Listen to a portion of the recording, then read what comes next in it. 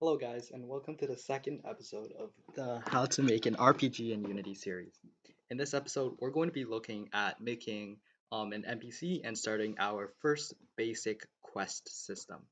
Now I think in the last video I said we're gonna make like an enemy or maybe like a health system. We're gonna do that maybe next video or maybe the video after that because I feel like it'd be easier to have a quest first, like go kill an enemy before we actually make an enemy. So yeah, so with that said, let's actually get started. So you can see in my scene, I actually have a basic bandit prefab or asset, and I'll link in the description below for where you can actually get that. And you can basically just use this pack for free.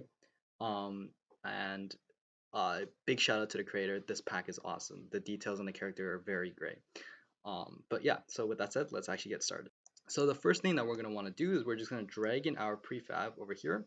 Now he kind of seems a bit small, so we're going to make him 1.4 by 1.4 by 1.4. And we're actually just going to unpack the prefab and rename this to basic NPC. And this will be our first NPC.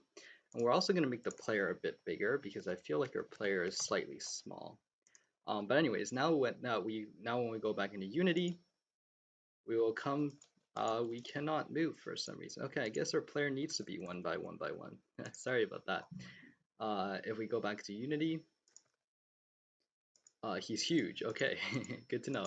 And so we're probably just gonna turn down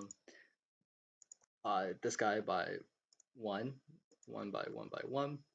Or actually, you know what, 1.1 by 1.1. And you can see here, he kind of just stands still, kinda, and just doesn't do anything. So in the next episode, we're gonna be looking at some AI, so we can give this guy like some animations. They can, move a bit, and yeah, just make everything seem more smooth.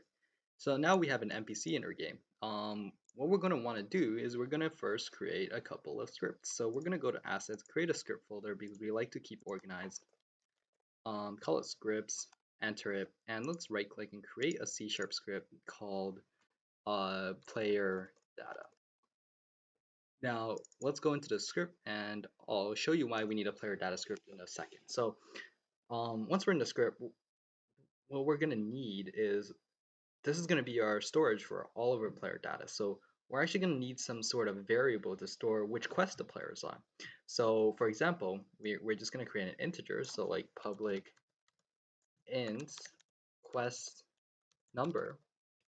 And basically what this will store is basically this will store which quest our NPC is on, or sorry, our player is on. So with this number, we can like say like, hey, if they're on quest number 2 in the game, then that means they have to do X. Like let's say go kill us 10 spiders or something like that. Which means that if they have to kill 10, which means that we don't actually have to store what their quest objective is. We can just pull this number, and then from a database somewhere, we can retrieve, based on this number, what the details of the quest are. So this is a really, really handy thing. So now we're just going to go back into Unity because this is pretty much all we need to do here. And now you can see here, we can just attach the player data script to our player, obviously. Let's just attach it. And he's on quest number 0. So 0 will be default. 0 will mean he's not on a quest. And we're just going to create a new script called NPC1. And let's actually create a folder for all of our NPCs. So in order to keep nice and tidy, because we're probably going to have a lot of NPCs by the time the series is over. I don't think, yeah, okay. Yeah, my computer is having some trouble rendering. And now let's go into our NPC1 script.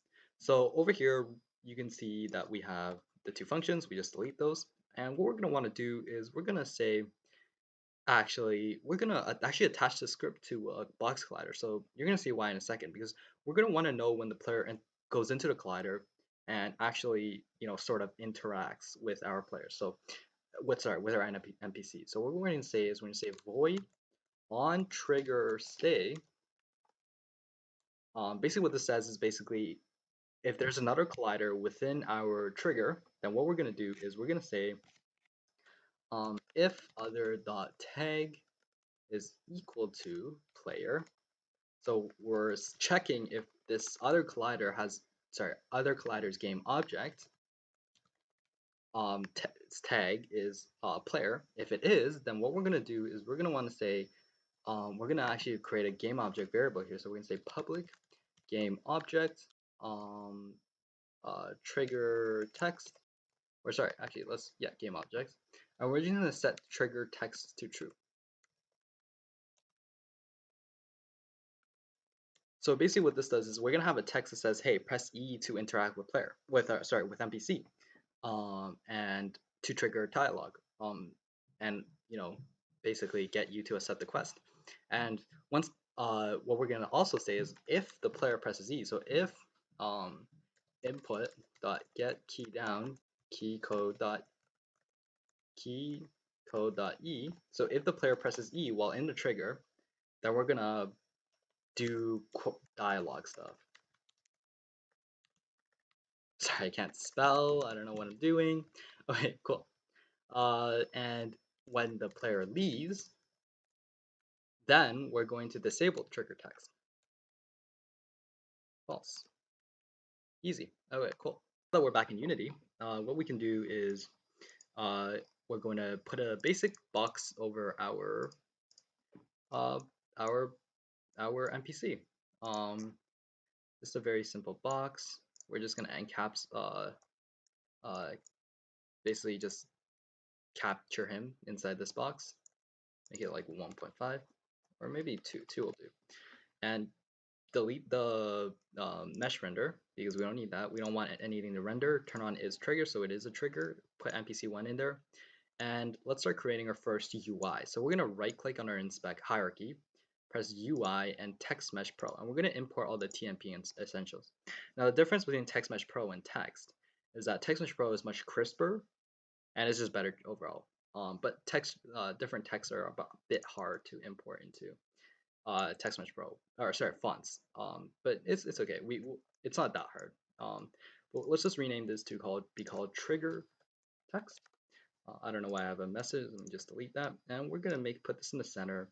And we're gonna use like a neon green because that's a pretty good color to read, or easy color. Sorry. We're gonna center the text, auto size it. I'm gonna say press E to interact. And let me just make this actually centered and make this a bit bigger. Now we can go into our game and see how that looks. That looks pretty okay. We didn't actually set our player to be tagged as player. So we're just gonna tag him as player first. Sorry, my amateur mistake there. Also, I forgot this should be capitalized. Everything has to be exact, or Unity won't recognize what you're trying to do. So now when we go back into Unity, and when we interact with the trigger, we will get a message saying press E to interact. Cool. Yay. So now we can press E to interact with our NPC. And yeah, and when we leave the trigger text will disappear. So now what we're going to want to do is we're going to go back into Unity and we're going to have our dialogue actually do stuff. So, or sorry, our dialogue actually start. So, yeah, so what we're going to need to do is we're going to say public open or game object dialogue objects. And basically we're just going to say dialogue object dot set active true. And yeah, so now all we need to do is we're just going to go back into Unity and we're just going to go into our canvas and we're going to start creating a dialogue object for when I just duplicated the canvas of like 50 times for no reason. I just duplicated again. I am very, very good at this, as you can see. And we're just going to create a dialogue object. So we're going to right click, create UI panel, and we're going to have just a panel here for our dialogue. You can see it looks okay. We can edit this here. Let's make it green as well because green, blue. And then set the alpha a bit higher. And you can see we have a pretty solid dialog box. And what we can do is we can make this the outer part. So shell, or sorry, we can just call this dialog box. This will be our dialog. This will be the object that contains our dialog. Create another panel. Let's make this a bit slightly smaller and change this alpha to max. And boom, now we have a neat little looking little dialog box. We can change this to called inner dialog. So we're gonna have a name for our player. It's right here, a name, a very cool name. And this will, let's default this to be Bob. So whenever we talk, this will be the name of the player who is talking, or the NPC that is talking to us, or an enemy or whatever, it doesn't matter. And let's just, yeah, actually I like this, Bob. Auto size it, so if it ever gets too big, it gets auto sized correctly. And let's create another text down here and auto size this, and let's just say hello, what is up?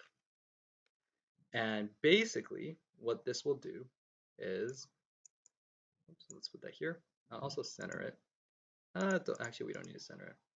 So basically what this will do is, basically this will be the dialog box. So when this opens, we're going to actually display the proper dialog that is needed. And actually we need one more thing in our dialog box. So let's actually rename these to say organized. So NPC text and NPC name. And we need a skip button, or like not a skip button, but a next. So we're gonna get a text mesh pro button, and this is just going to say next, next, next, next. Next, auto size. We're gonna have to make this smaller. Well, we can fix the UI up later. I'm not exactly the world's best UI designer by any means. So yeah, okay. I I feel like the setup is kind of weird. Let's actually just make this a bit wider so there's more room for the NPC to talk. Move the NPC name here. Now you might be wondering why we have like an open box here. I was thinking in the next episode or in the episode after that we can have like a picture display for our NPC face. Um, so you can put a name to the words. And yeah, okay. If we go into game, that looks very strange right now, but once the text scales out, I assure you it will look decent. It won't look the best, but it'll look decent. Set this as not active, and we're going to actually, I lied. We're going to actually go into player data, and we're going to create another int. So we're going to say public int dialog number. Okay, so you might be wondering why we did that. So the reason we did that is we're going to actually serialize or give an ID to each dialog that we're going to create. And how this is going to work is we're going to go back into our script and we're going to actually, or not this one, sorry, my bad. We're going to go and we're going to say, we're going to reference the collider that we have, and we're going to say, reference the game object of the collider, and we're going to reference the player data that we know is attached to the collider, because the only object in our game that should have the tag player is our player, which obviously has a player data component. So we're going to reference that, the player data. We're going to set our dialog number to be 1. Okay. Yeah, so basically this is what's going to happen. And once the dialog is equal to 1, we're going to create another script. And we're going to right click and we're going to call this dialog object. And once we enter this,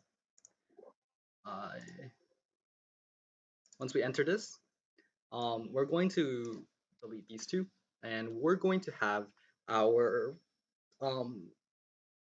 ourselves a function called void on enable. So basically, once our dialog object is set as active, we're going to check which dialog we're on. And so we're going to say we're gonna reference that we're gonna have a private variable for player data, so private player data.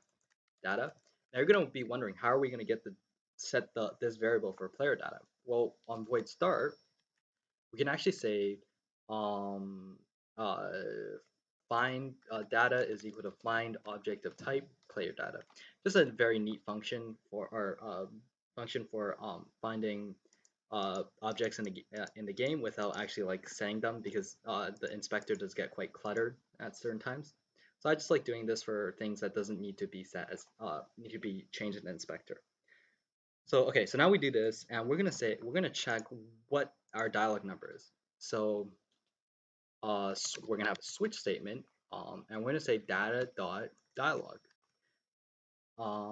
So we're just gonna switch between each possible dialog number. So case in the case that dialog number is equal to 1, we always need a break. So if dialog number is equal to 1, then we're going to have ourselves display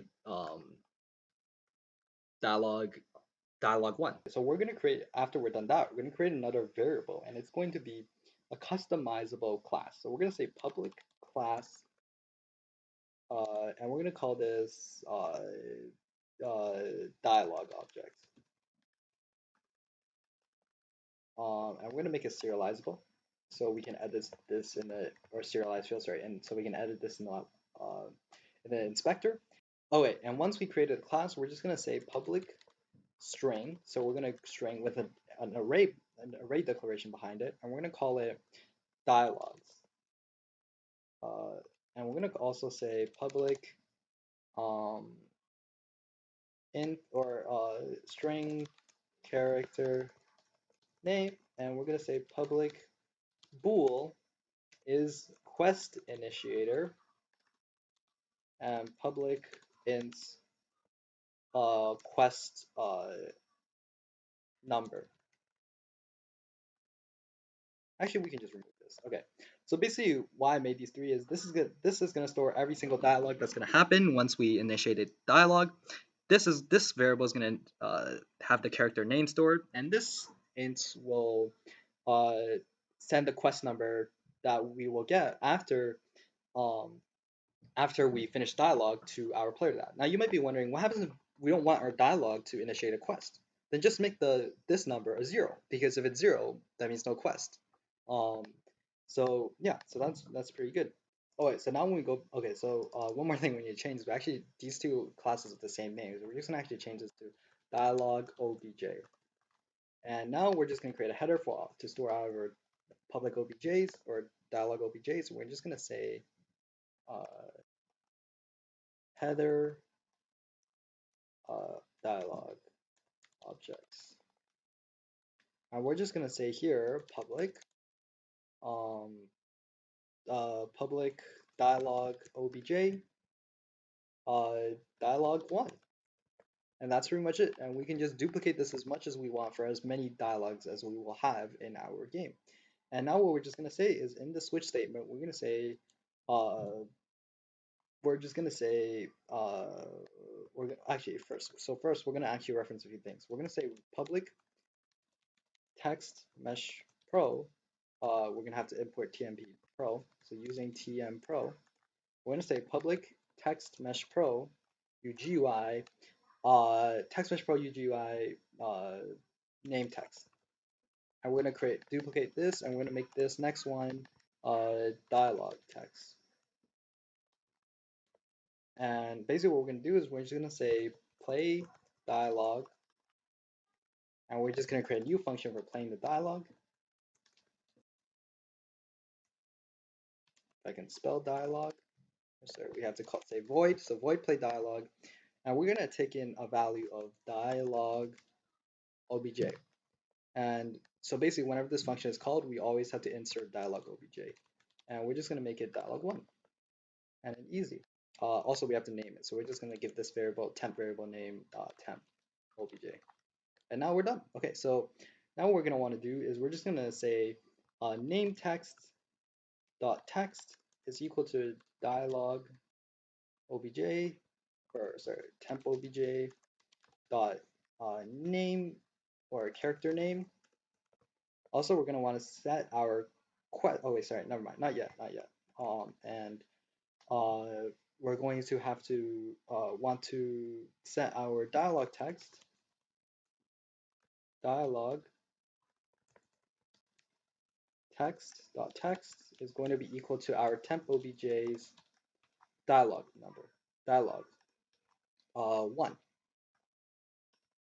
And we're going to set our private int current number, current dialog number is going to be equal to 0. So basically what this integer will store is our dialog progression.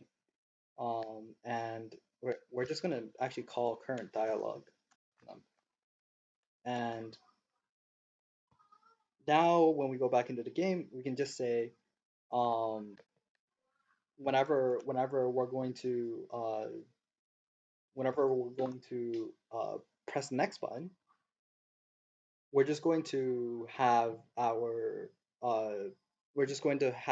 when we press the next button, we're also actually going to create another private integer for storing our current dialog object.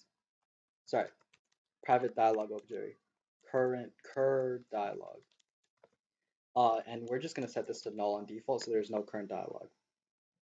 So basically, what we're going to do is we're going to say public void next, and so we're going to say if cur dialog is not equal to null.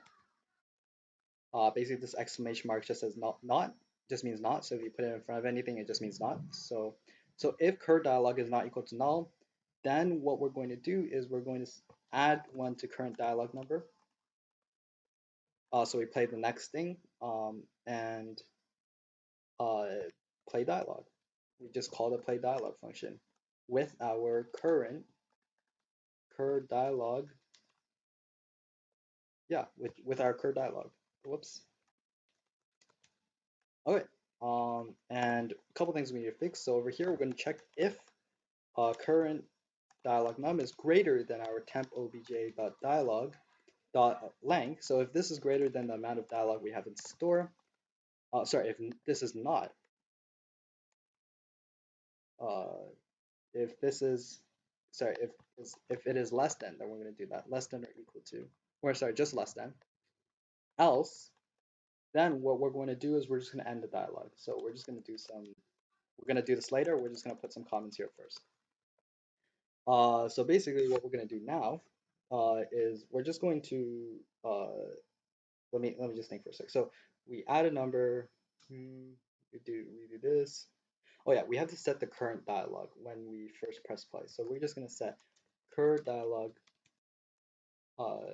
is going to be equal to dialog 1. Okay, cool. So this should pretty much just do everything, be it for everything except for ending the dialog. We'll just do that later. And now when we go back into Unity, we can go to our dialog box, set this here, and then check the NPC name, text, and NPC name, and add a function here, drag in our inner dialog, dialog box, and we just press next. And now when we press, one more thing I think we forgot is if we go to basic NPC, we forgot to set the dialog object. There we go. Actually, let's rename this to NPC trig for our, so we're just going to rename it. So now when we press play, if we press E, we also forgot to set our dialog object dot active true. Oh, wait, cool. So now we finish this. What? We've already set it as true. Okay. Why is it not being set as true then? So now if we go back into Unity, Okay, there we go. Cool. Okay. So now we also actually have to basically we have to actually switch. Actually, no, we did this right. Okay, so I will fix that error later. But what we're also going to do is we're actually going to reference our player script. So I forgot, I don't know what our player script is called. It should be called rigid body movement controller scripts. I think there might be a special namespace for it. So we're actually going to have to, I don't want to do that though. Hmm, is there a way around that? I don't think so because the camera is tethered. Could I could I turn off the capsule collider? Would that work? Okay, let's go in the game and we'll see what happens if we turn off the capsule collider. Okay, we can still move, but we just fall through the earth. Okay, good to know. Good to know. Let's try turning off a rigid body, or we can't turn off a rigid body. Okay, so we have to turn off a rigid movement script. I see. Cool. So we're gonna have to use a namespace for our scripts from now on, probably. We're just gonna copy the namespace here to NPC1. Okay. I don't know why. Okay, oh yeah, sorry. And now we're just gonna reference the rigid body first person controller, rigid, and we're just gonna set rigid to enabled so we can not move when we're in dialogue. And then we're also gonna set the keybind, or not the keybind, it's the mouse lock to false. So we're gonna say mouse look, or sorry, what is this? What is it? Cursor dot lock state is equal to cursor lock mode dot none and cursor dot visible. Okay, so basically what those lines of code does is that it sets our cursor as uh, oh sorry, it's equal to true. Sorry. So basically what those lines of code does is that it sets our cursor to be visible and movable.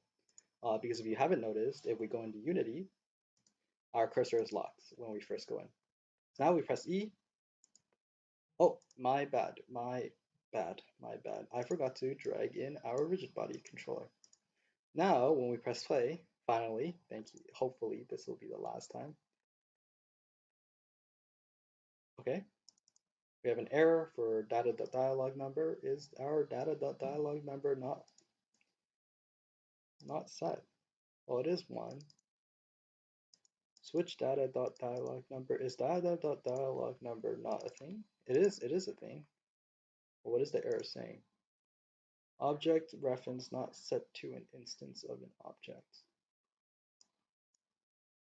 What? Okay, you know what? We're actually, I think what's happening is that when it's enabled, it is also started. So I think, okay, you know what? Let's just make this public, so we can actually just drag it in. I think it'll be easier that way. Let's just change this to be public. And now when we go back into Unity, we'll do all of this, wait for it to compile, and go to our NPC. Or sorry, not an NPC, my bad, dialog box. We should be able to drag this in. And now when we press play, everything will hopefully work.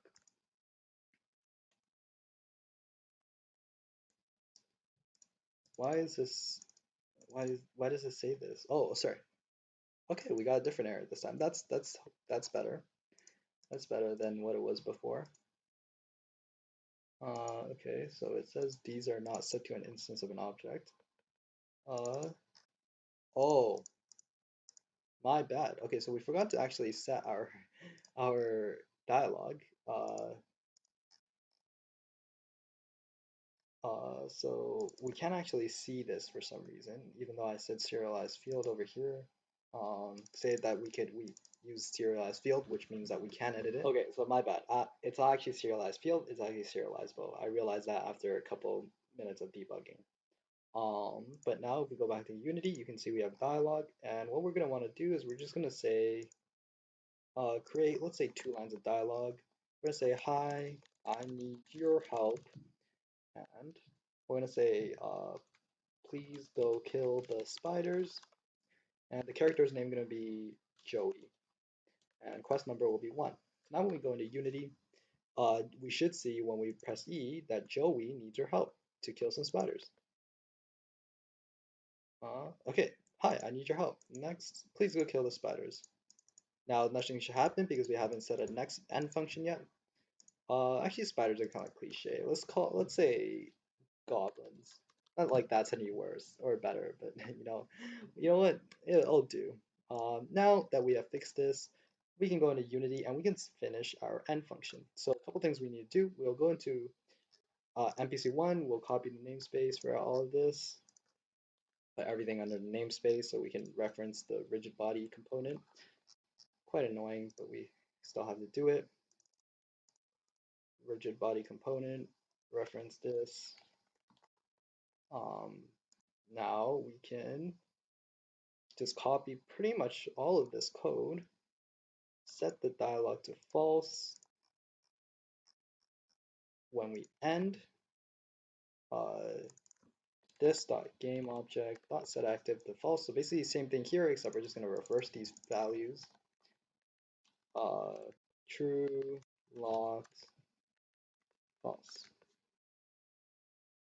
And we're going to do this at the end just in case, so we make sure for sure that these run before we set active, set our game object as false. And we're just going to do a couple more things. We're going to set dialog to 0. What was it? Data.dialog is data.dialog is going to be equal to 0. We're going to remove our cur dialog null, and we're also just going to set current dialog num to 0 so there's no discrepancies in our next time we have dialog. Okay, and we should also set our data.quest number is going to be equal to our, actually we should probably do this at the very end because we still need to set our quest number, and that data can only be pulled from our cur dialog dot quest number. Okay, cool. Basically what we did here, we set the cursor to be normal, set the rigid to enable so we can move again. Data.dialog number is equal to 0, current dialog is equal to 0, should be pretty explanatory, set them back to default, and quest number should be 0. Or false, no, or whatever, yeah. So now when we go back into Unity, what's going to happen is we're just going to carefully watch our quest number. And you can see here, when we press E, hi, I need your help, please go kill the goblins. Okay, we have, oh, sorry, I forgot to set the rigid body, my bad. Rigid body, done. Go into Unity. Okay, let's take 2. Hopefully this works. Next, I need your help, please go kill the goblins. Done. Quest number is 1. Easy. We can go again, but the outcome doesn't change. Hi, I need your help, please go kill the goblins. Pretty standard. We can make him say something else if we've already talked to him, but we can do that in like another episode. I think I'm actually going to wrap that episode up here. That took way longer than expected, but for a good thing, because this dialogue system is super customizable. You can make infinite amounts of dialogue now. I think it was worth it. One episode that was pretty long for like an infinite dialogue system. But next episode we'll finish making the quest. We probably won't get to the NPC. But yeah, we'll finish the quest system next episode. So I want to thank you guys for watching.